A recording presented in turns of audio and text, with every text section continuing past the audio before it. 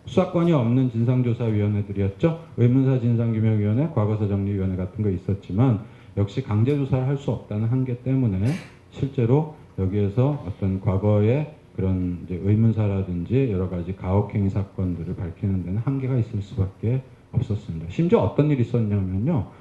이 의문사 진상규명위원회 이제 조사위원들이 군 기무사를 방문해 가지고 자료 열람하겠다. 이제 실지 조사라고 합니다. 자료 열람하러 가서 이렇게 보는데 옛날 자료들 이렇게 들춰보는데 이거 좀 조사를 더 해볼 필요가 있겠다라고 해서 이 자료 우리가 가져가겠다. 아니면 복사라도 해달라라고 요구했는데 딱 거절당했습니다. 못 주겠다. 근데 그렇게 되면요 가져올 방법이 없습니다. 다음에 방법은 압수수색을 해야 되는데 압수수색은 할 수 있는 권한이 진상조사위원회에 없었으니까요. 그러니까 강제조사 권한이 없을 때에 실제로 진상규명의 한계가 어떠한지 하는 것을 우리는 과거에 의해서 많이 이미 경험으로 배웠던 거예요. 이런 거 반복하지 말자라고 하는 게 바로 세월호 특별법의 취지입니다. 그래서 여기 뭐 이제 피켓에 써 있는 문구로 뭐 제가 하고 싶은 얘기를 대변한 건데 수사권 기소권이 중요하다라고 하는 이유가 바로 그런 이유 때문인 것이죠. 여러 가지 반발 논리들이 있습니다. 사법체계를 교란시킨다? 말도 안 됩니다. 왜냐하면 우리 헌법에는요, 뭐 영장에 관한 규정은 있죠. 뭐 압수수색 뭐 이런 거 하려면 검사가 법원에 영장 청구해서 발부받아야 한다. 근데 그 외에 수사권, 기소권 누구한테 줘야 하냐? 아무런 제약이 헌법에는 없어요. 그러니까 입법적으로 충분히 정할 수 있는 상황이라는 거죠. 진상조사위원회 특별검사 두면 직무 독립성을 해친다. 그러니까 특별검사가 혼자 독립적으로 활동을 해야 되는데 진상규명위원회라고 하는 큰 틀 속에 특별검사가 들어와 있으면 이게 독립적인 수사가 될 수 있겠냐, 휘둘릴 수밖에 없지 않느냐, 이런 식의 비판도 합니다. 이것도 사실은 맞지 않는 얘기예요. 왜냐하면 오늘날 보면요, 우리 뭐 국민참여재판이라든지 검찰은 또 검찰시민위원회라든지, 그러니까 이 수사와 기소에 있어서 형사재판에 있어서 시민들과의 소통 속에서 수사권, 기소권을 행사하자라고 하는 거는 오늘날 형사사법의 민주화라는 관점에서 대세입니다. 그러니까 그런 소통의 차원에서 얘기를 해야지. 그리고 검사의 직무 독립성을 흔들었던 건 시민들인가요? 정치 권력이었죠. 네, 그런 관점에서 역시 말이 안 되는 얘기고요. 자력구제 금지 원칙 위배된다? 말도 안 되는 얘기죠. 자력구제 금지 원칙이라는 게 있는 건 맞아요. 피해자가 실력 행사하지 말자. 왜? 뭐 국가 형벌권이 있으니까 형벌권에 의해서 해결해라라는 취지예요. 그런데 피해자들이, 가족분들이 그런 주장을 했나요? 직접 수사하겠다고 했나요? 진상규명위원회라는 공적기구 만들어서 그 공적기구에서 철저한 진상규명 해달라라고 요구하는 거잖아요. 자력구제 금지 원칙과는 아무 상관없습니다. 네, 이제 말도 안 되는 궤변들로 이 특별법 반대하는 거를 보면 저는 그런 생각이 들어요. 결국은 의지가 없는 거다, 이거는. 진실규명을 하겠다는 생각이 없는 거다. 생각이 없으니까 뭔가 둘러대려고 하는데 둘러대려니 뭐 이런저런 얘기들을 자꾸 던지는 거죠. 국민들이 잘 모르는 어려운 법률 용어 써가면서 던지는 거죠. 그렇게밖에 뭐 저는 생각이 안 드네요. 마지막으로 말씀드리고 싶은 거, 제가 뭐 시간이 많이 지난 것 같은데 그냥 짧게 그냥 말씀드리겠습니다. 진실규명을 하고 안전사회를 건설한다 라고 이야기를 합니다. 근데 진실규명하고 안전사회를 건설한다는 것이 4.16 특별법의 목표입니다. 근데 진실규명이 다 되고 나서 안전사회 건설로 가야 하는 걸까? 안전사회에 대한 제시하니까 같이 가야 되는 문제다. 그리고 이것은 하나의 사회운동적인 흐름으로 수렴돼야 되는 문제이다 라고 하는 거를 좀 말씀드리고 싶어요. 여러 가지 뭐 의혹을 규명하는 것도 굉장히 중요하지만 사실 진실을 규명한다라고 하는 것은 우리가 발견된 여러 가지 팩트들을 하나의 사회적인 가치 위에서 그것을 다시금 구성하고 그것을 공적으로 확인하는 작업이 진실규명입니다. 그러니까 진실규명이라고 하는 건 단지 해경이 구조를 안 했다라는 걸 확인하는 게 진실규명이 아니잖아요. 해경이 왜 구조를 하지 않았는지, 거기에는 누구의 지시가 있었고 어떤 제도 때문에 그랬는지 이런 것들을 종합적으로 다 밝혀내고, 자, 이런 식의 행태들을 해경이 보였는데 이것이 과연 정당한 것이었느냐를 뭐에 비추어서 바로 생명과 안전이 보장돼야 된다라고 하는 사회적인 가치에 비추어서 우리는 그것을 평가하고, 자, 그래서 당시에 해경이 구조하지 않은 것은 진실이 이러한 거다라고 선언을 해주는 작업이에요. 진실규명은 그렇기 때문에 역사적인 스토리를 다시 쓰는 것이고 사회적 가치 위에서 그리고 그런 존엄하고 안전한 삶의 권리라고 하는 거에 바탕에서 우리가 어떤 사건의 실체를 공식적으로 규정짓는 것, 이것이 바로 진실규명의 과제인 것이죠. 이 진실규명의 과제는 그렇기 때문에 안전사회로 나아가기 위한 하나의 전제 조건이면서 동시에 이것은 같이 가야 될 그런 문제이다라는 말씀을 좀 드리고 싶어요. 그래서 현재적인 관점에서 우리는 참사를 극복하기 위한, 그래서 안전사회로 가기 위한 시민사회적 과제를 정립해 나가는 것, 이것이 바로 진실규명이 가지고 있는 의미가 아닐까라고 하는 말씀을 좀 드리고 싶고요. 그래서 해야 될 일이 뭐냐? 굉장히 많습니다, 사실은. 저는 자본의 이윤 논리에 갇혔다라는 말을 하는데요. 안전이라고 하는 가치, 우리가 존엄한 삶의 가치라고 하는 거가 사실은 기업들은 늘 비용 절감이라는 거, 효율성이라는 이름으로 그것을 무시해 왔죠. 93년도에 기업활동 규제 완화에 의한 특별조치법이 이 안전관리와 관한 업무를 외주를 줄 수 있게 하는 근거를 만들어줬고, 외주를 주면 어떤 일이 생겨요? 하청을 받는 거잖아요. 하청업자가 원청업자에 대해서 큰 소리 칠 수 있습니까? 야, 당신네 회사에 자 이런 시설이 이거 다 노후화됐으니까 이거 빨리 교체하지 않으면은 큰일 난다. 빨리 교체하시오. 당당하게 얘기할 수 있어요? 하청업체가? 못해요. 하청업체들은 또 비정규직을 쓸 수밖에 없습니다. 재정구조 열악하고 이러다 보니까 전문성도 떨어질 수밖에 없고요. 안전관리가 제대로 될 리가 없죠. 또 정부는 안전관리 업무를 또 민간에 위탁해 왔어요. 아까 얘기한 대로 안전점검 해운조합이 담당하잖아요. 또 이 밑에 써 있는 것처럼 서울 상황심리역에서 지하철 사고 났는데 이 지하철의 신호체계 관리 업무도 또 역시 이익단체에서 담당하는 그런 구조입니다. 정부는 이것을 안전관리 업무를 민영화한다라고 얘기를 해요.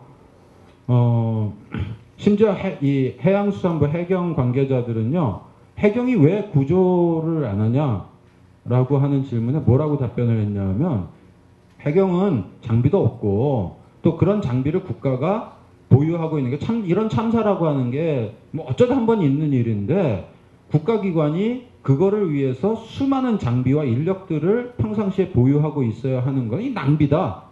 오히려 민간 기업에게 그때그때 맡겨서 구조를 할 수 있게 하는 게 더 낫지 않느냐. 그런 식으로 답변을 했습니다. 이게 안전관리의 업무, 안전점검의 국가의 업무 자체를 민영화시켜버린다는 얘기예요. 그러다 보니까 세월호 사건에서 아까 유 대변인 말씀했지만 해경은 사실상 구조할 능력도 없는 그런 상태였던 거죠. 구조할 의사도 없었지만 구조할 능력도 갖추지 못한 거죠. 그러면서 언딘이라는 업체하고 계약하는데 일주일 이상 소요했던 거 아니에요. 이런 모습들, 정부는 국민의 안전을 책임져야 될 의무가 있는데 그걸 민영화라는 이름으로 내팽개쳐 버립니다. 뭐 이런 거, 또 규제 완화에 대해서도 우리가 좀 다시 한번 점검을 해야 될 대목일 거고요. 그래서 여러분들한테 결론적으로 말씀드리고 싶은 거, 우리가 안전한 사회를 만들자, 안전한 삶이 중요하다라는 이야기를 많이 합니다. 근데 이게 어떻게 이루어질 수 있을까요? 안전한 삶의 권리를 만들어 나간다라고 하는 것은 비용 절감 효율성이라고 하는 것을 내세우는 기업의 논리와 싸워야 하는 겁니다.